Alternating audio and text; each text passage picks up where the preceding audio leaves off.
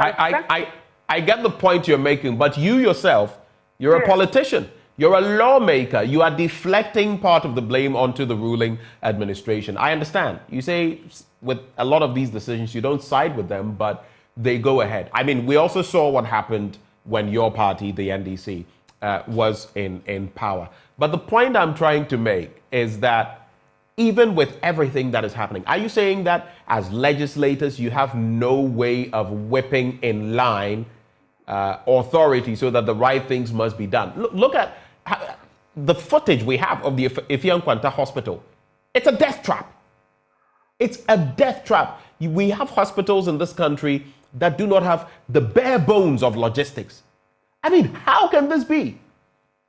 How do we explain this?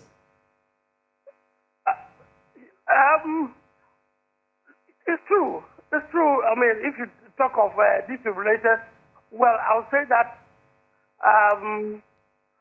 for some time now, emergency medicine is growing in the country.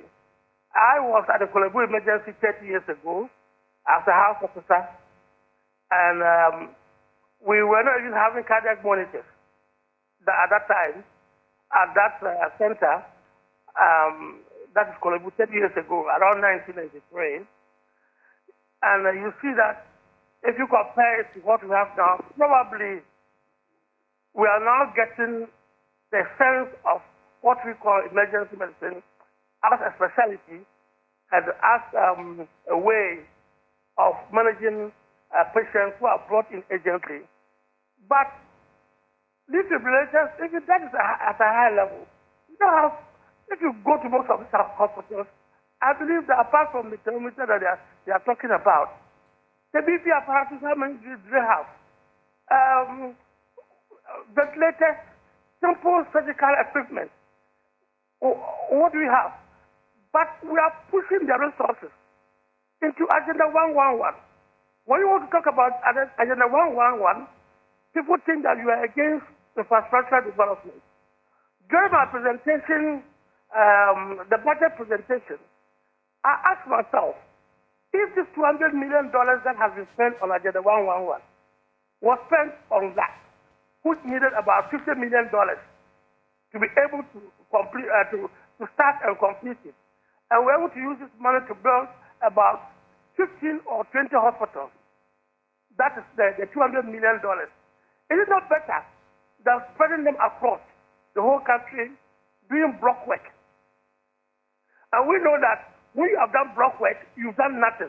We are people who have built in Ghana here. We build our houses. We know that the block work is nothing, and this is what the government is doing to showcase. I'm saying that we are getting our priorities right or wrong. We are applauding where we should not be. Our health ministry is not doing the best.